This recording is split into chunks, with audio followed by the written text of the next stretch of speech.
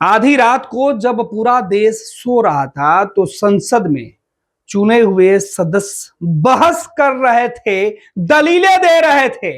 ये दलीलें अब सरकार बदलने के लिए तैयार दिखाई पड़ रही है। दरअसल मुसलमानों के हित में और मुसलमानों के खिलाफ एक प्रस्ताव संसद में लाया गया। दोनों ही सदनों में रिकॉर्ड बनाने की जीतोड़ मेहनत की गई। कहा गया कि अब तो ऐसे रिकॉर्ड कायम होगा कि दुनिया देखेगी। भारत का संसद अब देश में, दुनिया में अनुकरणीय बनेगा। कारण देर रात तक बहस होने का मामला है। दरअसल ये आईपीएल के मैच के लिए लोग रात भर नहीं जगे थे। कुछ लोग टीवी स्क्रीन पर बैठकर इस बहस को देख रहे थे, तो कुछ लोग इस बहस पर चर्चा सदन के अंदर बैठकर कर रहे थे। भाई, बिहार जैसे राज्यों में जहां चुनाव जाति पर होता है, वहां पर लोगों की नींद उड़ी हुई थी, बेकरारी थी कि फैसला क्या हो रहा है। और फैसला हुआ। वक्फ संशोधन विधेयक संसद में पास हुआ और अब कानून बन गया। लेकिन इस वक्फ का पूरा मामला बिहार में क्यों, और इससे बिहार के लोगों को क्या फायदा हुआ? दरअसल पूरे देश के अंदर चर्चा करें तो आने वाला चुनाव बिहार में ही है। भाई साहब, मान लीजिए बिहार में और कुछ हो या नहीं हो, मुसलमानों के हित में खड़ा रहने वाले लोग और मुसलमानों के विरोध में खड़ा रहने वाले लोग इस बार पूरा चुनावी मुद्दा वक्फ की जमीन, वक्फ के कानून को लेकर ही करेंगे। तभी हमने लिखा है कि बिहार में वक्फ की सरकार होगी, चाहे वो सत्ता पक्ष की हो चाहे वो विपक्ष की हो। सरकार बननी भी इसी मुद्दे पर है और सरकार से बाहर भी इसी मुद्दे पर लोग जा सकते हैं। 5 तस्वीरें हमने आपको दिखाई है। प्रधानमंत्री नरेंद्र मोदी, नीतीश कुमार और अमित शाह की तस्वीर है। इधर राहुल गांधी और तेजस्वी यादव, जो एक खेमे के अलग अलग नेताओं की पार्टियों के गोलबंदी का नेतृत्व करने वाले ये चेहरे हैं। इस पूरे संशोधन कानून में बीजेपी ने बिल लाया, लेकिन चर्चा बिहार के मुख्यमंत्री नीतीश कुमार की क्यों हो रही है? नीतीश कुमार और चंद्रबाबू नायडू के सहारे पर केंद्र की मोदी सरकार की सरकार चल रही है, लेकिन नायडू से ज्यादा नीतीश की फजीयत हो रही है। वक्फ संशोधन कानून क्या नीतीश कुमार की सोची समझी साजिश है? आखिर वजह क्या है कि जेडीयू के मुसलमान नेता लगातार नीतीश से दूरी बना रहे हैं? पार्टी में भगदड़ मची हुई है, इस्तीफा देने का सिलसिला शुरू हो चुका है, लेकिन नीतीश इससे बेखबर। वक्फ के मामले पर उनके सांसद संसद में और उनके नेता सड़क पर समर्थन करते दिखाई पड़ रहे हैं। लेकिन विपक्ष की पार्टी तो इस बार नीतीश को इसी पूरे मामले पर आड़ो हाथ ले ली है। राष्ट्रीय जनता दल ने कहा है कि नीतीश कुमार जो सबके थे, अब वो सबके नहीं है। नीतीश कुमार की जो तस्वीरें हैं वो बदल गई हैं। आपको एक तस्वीर दिखा रहे हैं, ये तस्वीर आप देखिए। इस तस्वीर की हम चर्चा कर रहे थे कि राजद के द्वारा एक पोस्टर लगाया गया कि नीतीश बदल गए हैं, और जैसे शब्दों का इस्तेमाल किया गया कि गिरगिट से भी ज्यादा रंग बदलने वाले नेता होते हैं। उसके बाद जेडीयू की तरफ से भी एक जो पोस्टर है वो लगा। देखिए, राजद के द्वारा पोस्टर लगाया गया था जिसमें लिखा गया था गिरगिट रंग बदलता था, ये तो उससे भी ज्यादा स्पीड से रंग बदलने वाले निकले। इफ्तार देकर ठगने वाले, ईद में टोपी पहनकर टोपी पहनाने वाले, वक्फ पर धोखा दिया, एनआरसी पर भी वही किया। अब जनता चुनाव में सबक सिखाएगी। नीतीश कुमार की यह तस्वीर है और राष्ट्रीय जनता दल ने तो इसे खुद अपने सोशल मीडिया पेज पर डाला है कि अब नीतीश कुमार सर्टिफाइड आरएसएस के हो गए। नीतीश सबके नहीं है। और इधर जेडीयू ने पोस्टर लगाया कि नीतीश सबके हैं, और इस सबके तस्वीर के साथ ही यह सवाल उठना शुरू हुआ कि कौन किसके हैं। खैर, अब बात बिहार की कर लेते हैं कि बिहार में इस बात की चर्चा क्यों है। दरअसल बिहार की अगर आप बात करें तो बिहार में वक्फ संशोधन कानून का असर इसलिए भी ज्यादा पड़ेगा क्योंकि संसद में अब आपको 2 नेताओं का बयान सुनना यहां बेहद जरूरी है। एक, संसद में वक्फ बोर्ड की हिमायती और मुसलमानों के सबसे बड़े हितैषी बनकर सत्ता पक्ष के नेता अपनी बातें रख रहे थे। देर रात जब पूरे देश के लोग आईपीएल के खुमारी में जूझ रहे थे, तभी संसद में सुधांशु द्विवेदी अपने इतिहास के जानकारियों के आधार पर दुनिया के अंदर उन्होंने यह लोहा मनवा लिया कि सबसे बड़े वो इतिहास के विद्वान व्यक्ति हैं, संस्कृत के ज्ञाता हैं, संस्कृत के श्लोक और तमाम चीजों से संसद में यह बताने के लिए वो लगातार 45 मिनट तक मेहनत किए कि किस तरीके से नरेंद्र मोदी की भाजपा सरकार, एनडीए की सरकार ने मुसलमानों के हित में काम किया, गरीब मुसलमानों के हित में काम किया। दूसरे तरफ विपक्षी गठबंधन के नेता इमरान प्रतापगढ़ी ने भी अपने शायरी से, अपने अंदाज से केंद्र की मोदी सरकार के खिलाफ कई जो नुक्ता, शायरी और कई चीजें ऐसी थी जिसके माध्यम से उन्होंने संसद में सवाल उठाया, बीजेपी और एनडीए की सरकार पर तोहमत लगाया। वो पूरा बयान आप थोड़ी देर के लिए सुन लीजिए।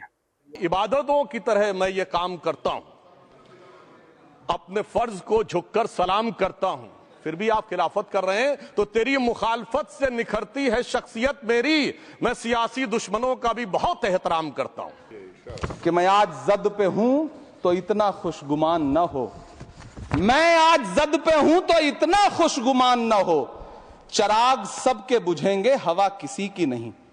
ए पिसर तू अजब मुसलमानी, जे पिदरे जिंदा आप तरसानी, आफरीन हिंदुआन सदबार जे देहंद पिदरावा मुर्दा देवम आप। मतलब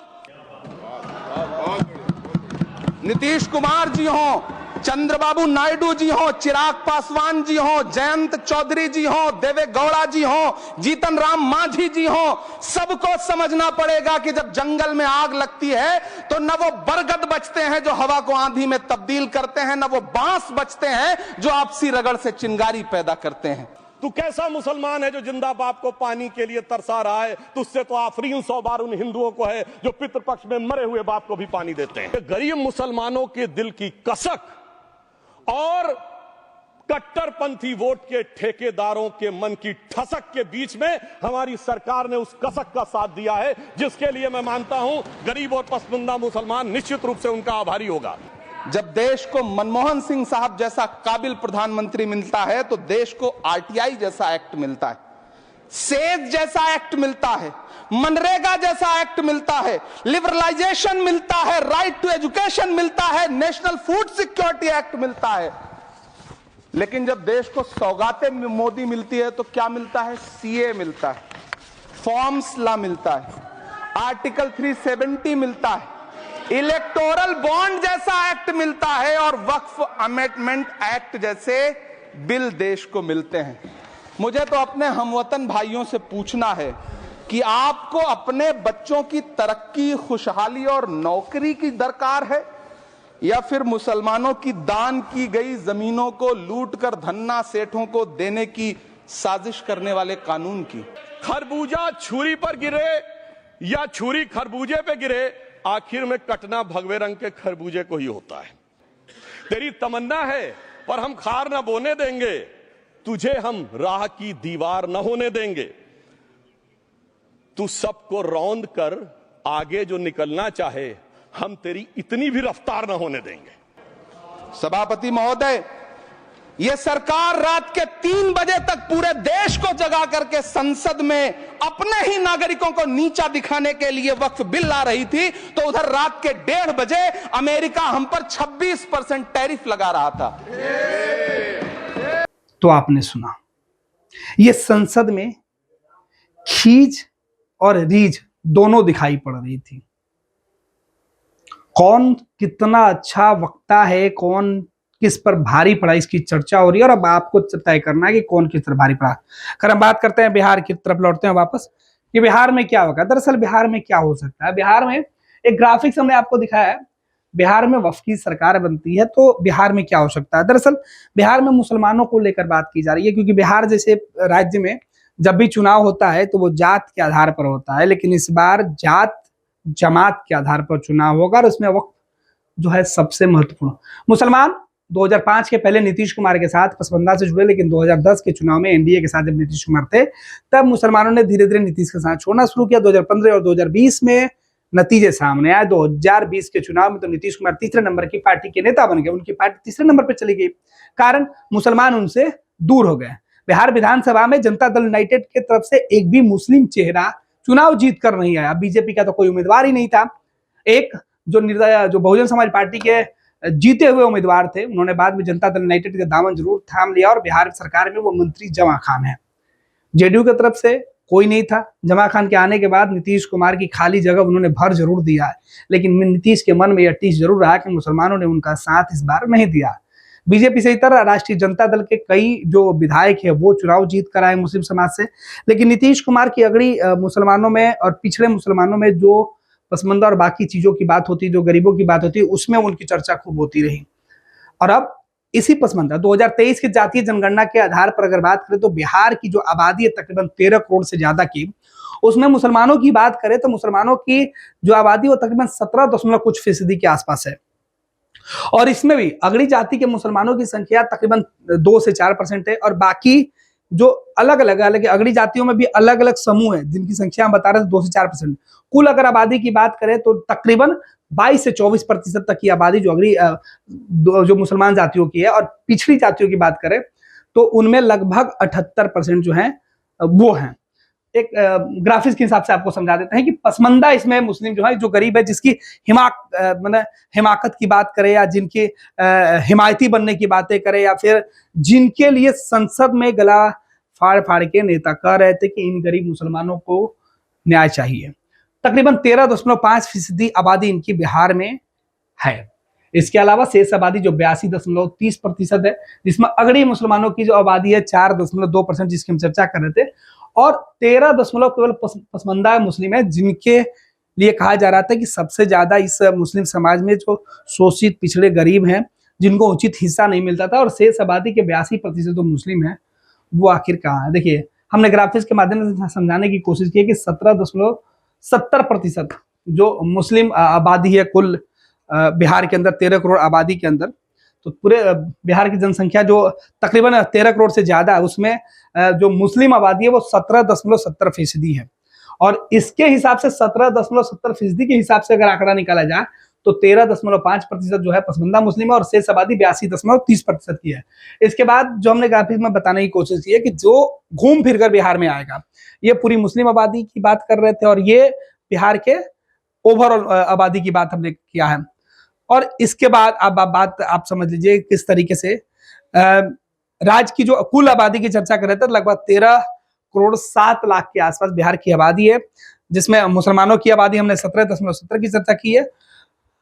और ठीक इस प्रकार लगभग जो अगर हम इसमें बात करें तो 2.31 करोड़ के आसपास बिहार में मुस्लिम है। और पूरा सिनेरियो ये 2.31 करोड़ मुसलमान तय करेंगे कि बिहार में किसकी सरकार बनेगी, और बिहार में किसकी सरकार बनेगी इस बात के चर्चे हो रहे हैं।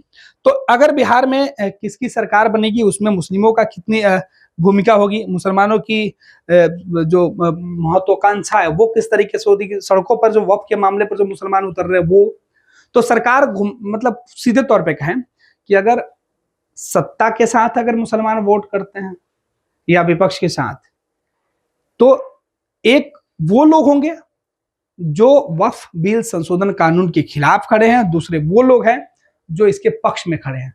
अब सरकार इन दोनों लोगों में से किसी एक की बननी है, इसलिए इस बार और कुछ हो या नहीं हो, लेकिन यह तय है कि बिहार के मुसलमान इस बार के चुनाव में बाकी चुनाव एजेंडे से अलग वक्फ के मुद्दे पर एकजुट जरूर होंगे। फिलहाल वक्फ के मामले पर बिहार में मुसलमान दो खेमे में बटे हुए हैं, कुछ जेडीयू के साथ है तो कुछ उसके विरोध में। जेडीयू के अंदर घमासान मचा हुआ है, और यही वजह है कि नीतीश कुमार परेशान दिखाई पड़ रहा है। पनोरमा ग्रुप, जो सोचता है वो करता है, आपके अपने सपनों का आशियाना।